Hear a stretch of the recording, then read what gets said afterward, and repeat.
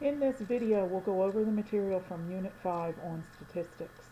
The first section covers sampling techniques and also some definitions. So what is or are statistics? The art and science of gathering, analyzing, making inferences from numerical information, data obtained in an experiment. I should mention sometimes the information is not numerical. It might be what we call qualitative. Statistics is divided into two branches: descriptive statistics, which is concerned with collecting, organizing, and analyzing, and then inferential is where we want to make generalizations from the data that we collect. Statisticians' interest lies in drawing conclusions about possible outcomes through the observations of a few particular events. The population consists of all items or things of interest, and the sample includes a subset of the items in the population. We're going to cover 5 types of sampling. Random sampling, if each sample is drawn in such a way that each time an item is selected, every item has an equal chance of being drawn. When a sample is obtained by selecting a random starting point and then selecting every nth item, it's called a systematic sample. Cluster sample is generally referred to as an area or geographic sample, and this is a sampling method where we take a random selection of groups of units and then we collect information from all the members of those groups. Stratified sampling, the population is divided in by some common characteristic and then we take a sample within each stratum. And convenience sample uses data that can be easily collected and it's very biased. What is a census? A census is when we enumerate every member of the population. And remember, in the United States, we do a census every 10 years.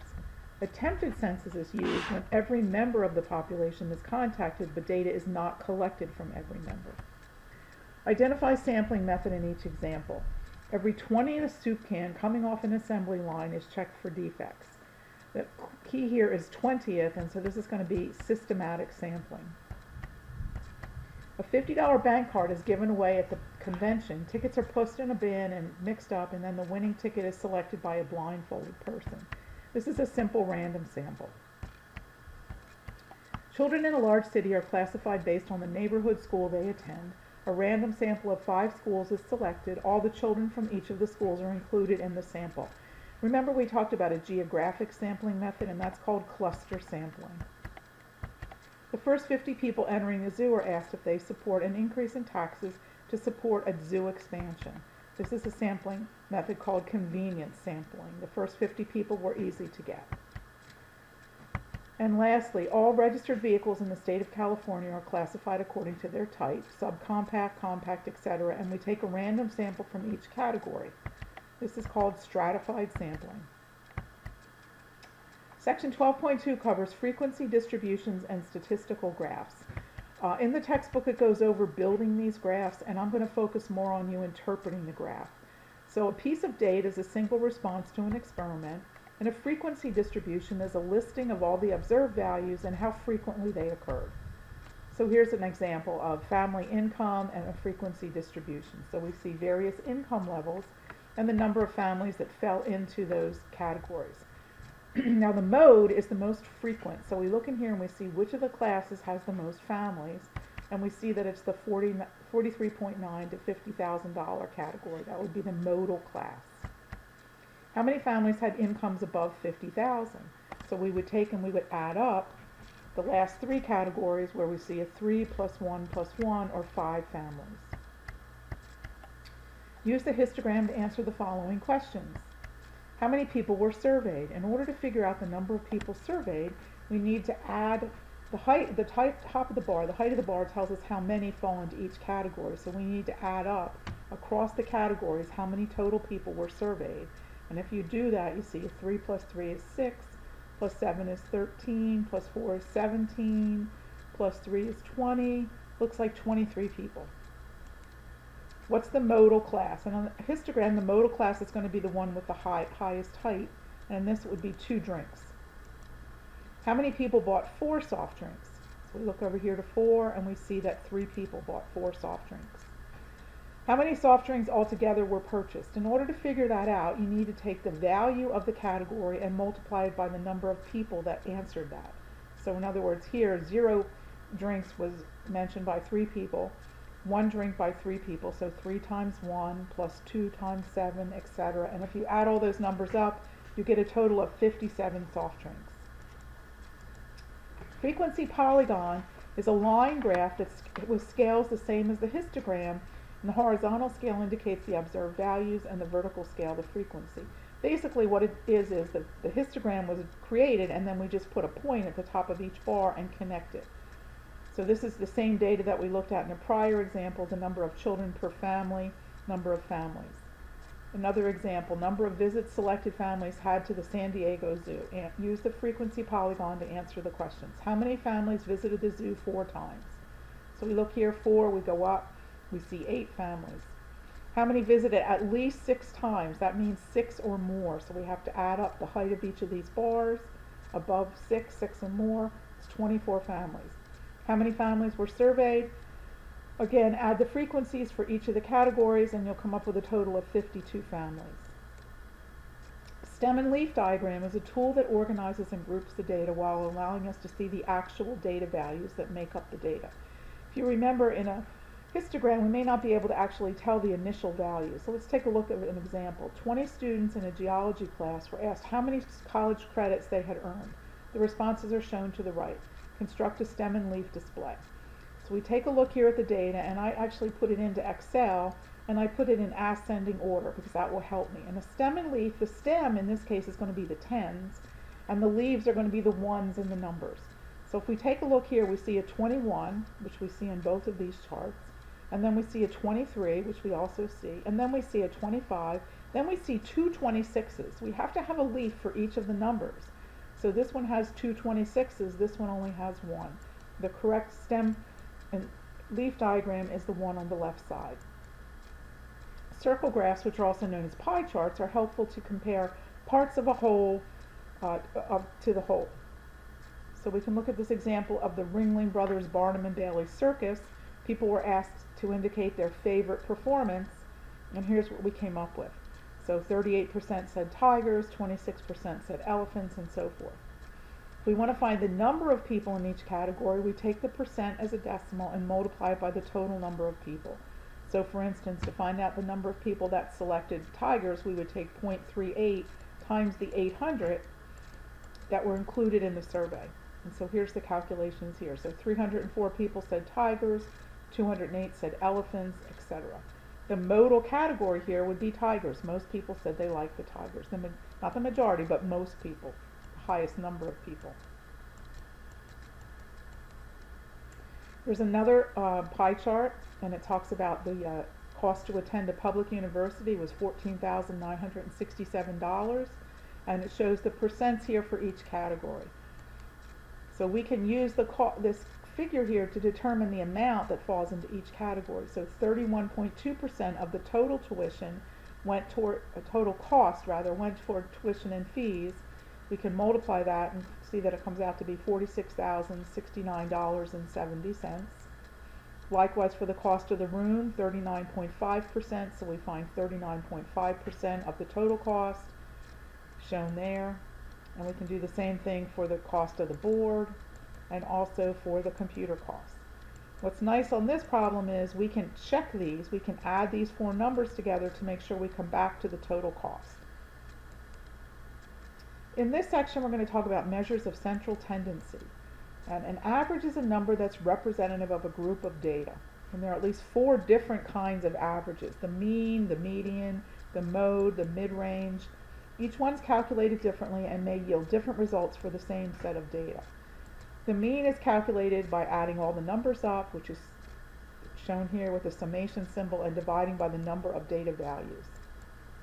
And in a population, we use a Greek letter mu to represent the population mean. We use x bar when we're talking about the mean calculated from the sample. Determine the mean age of a group of firefighters if the ages of the individuals are shown here. So we add them all up, divide by 5, and we get the mean age to be 38 years. The median is the value in the middle of a set of ranked data. The mode is the value that occurs most frequently. So determine the median of the following sets of data. Median's going to be, want to make sure they're in order, and the median here, because we have 8 pieces of data, is going to be halfway between the middle 2 In this case, it's going to be 13. The mode is the most frequent, and this actually has two modes. It has 11 and 16. It's what we call bimodal. In this case, we have 5 pieces of data. The median here is going to be the middle data value, which is 8, and the mode here is going to be 8. The mid-range is the value halfway between the lowest and the highest data values in a data set. Determine the mean age, this should be the mid-range of the group of firefighters. So you're going to take the lowest value and the highest value, add them together and divide by 2. The mid-range here is 36 years. Measures of dispersion, we just talked about measures of center or average. Now we're going to talk about the variation of the data. You can use the range, which is the difference between the highest and the lowest, and it indicates the total spread of the data. Determine the range of this small data set here. You want to make sure you've got the data values that you identify the largest and the smallest. In this case, the largest is 29, the smallest is 8. We subtract and we get a range of 21 grams. The standard deviation measures how much the data differ from the mean.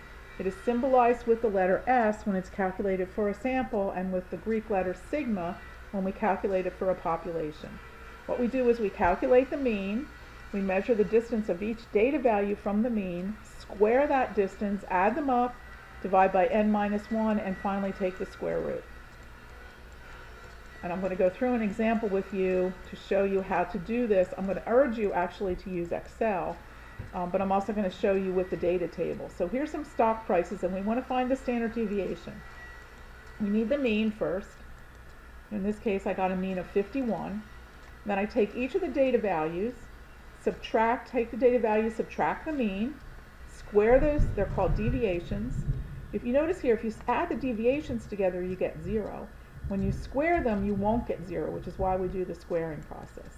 And then finally, we use this formula, so we take that sum off the prior table, sum of the squared deviations, divide by n minus 1, and then take the square root. So for that data set, it's approximately 27.01. Again, I'm going to urge you to use Excel. It's much easier, and there is a video in the Unit 5 module to show you how to use Excel. The normal curve. The normal distribution looks like this, a bell-shaped curve. You've probably heard about it. It's the most important distribution we use in statistics. The properties of the normal distribution. It's bell-shaped and symmetric about the mean. The mean, the median, and the mode are all the same value and occur at the center of the distribution. An important rule we can use about the normal distribution. For a normal distribution, about 68% of all the data will lie within one standard deviation of the mean on either side. About 95% will lie within 2 standard deviations of the mean on both sides, and approximately 99.7% of all data will lie within 2 standard deviations on both sides. Z-scores determine how far, in terms of standard deviations, a given score is from the mean of the distribution. The formula for finding a z-score is shown here. The data value you're interested in, subtract the mean, divide by the standard deviation. A normal distribution has a mean of 60 and a standard deviation of 15. We want to find the z-scores for these 4 values. For 75, we're going to take 75, subtract the mean, divide by the standard deviation. We get 15 over 15, or 1. So a data value of 75 is 1 standard deviation above the mean. 81. So we take 81, subtract 60, we get 21, divided by 15, 1.4. So a data value of 81 is 1.4 standard deviations above the mean. 60. Now remember, 60 was the mean of the distribution. So in this case, we get a z-score of 0. The mean always has a z-score of 0. And finally, 33. 33 minus 60 gives us negative 27. Divide by 15, negative 1.8. So a data value of 33 is 1.8 standard deviations below the mean. Negative z-scores are below the mean. Now we're going to work on the percent of data, which is also the probability of things happening, using the normal distribution. And there's a table in your book, table 12.8, which has the values for the normal distribution. So to find the percent of data to the left of a negative z-score, you just use the table, the first part of the table. To find the value to the left of a positive z-score, you also use the second part of the table. And to find the area to the right, you're going to subtract from 1 or 100% because the area on the graph is the area to the left, and the whole area under the curve is 1 or 100%. Okay, let's try a couple examples. So we want to find the area to the left of z equal to 1.62. So if you look up 1.62 in that table, and I've given you a snapshot of the table here, the way you read the table, down the left column are the first whole number and the tenths position in the z-score, so 1.6, and then I go to the column with the hundredths position, in this case 2. So the area to the left of z equal to 1.62 is 9474. What is the area to the right? Subtracted from 1, 0.0526. Find the area between two standard deviation numbers above the mean. In this case, what you're going to do is find the area to the left for each of them and subtract. So when we look up 1.60 in the table, 1.60 is going to take us right here, 9452. And then we're going to look up 1.10 right here, 8643, and we're going to subtract to find the area between. A vending machine is designed to dispense a mean of 7.4 ounces of coffee into an 8-ounce cup. If the standard deviation of the amount of coffee is 0.4 ounces and the amount is normally distributed, find the percent of times the machine will dispense from 7.2 to 7.7 ounces. In order to use the table, you need to have the z-score. So we're going to find the z-score for 7.7. It's going to be positive because it's above the mean of 7.4. And we're also going to find the z-score for 7.2, which is negative because it's below the mean. And then I'm going to go to the table, look up those two z-scores. The area to the left of 0.75 is 7734, and the area to the left of negative 0.5 is 0.3085, and I'm going to subtract. So for about 46.49% of the time, the machine will dispense between 7.2 and 7.7 ounces.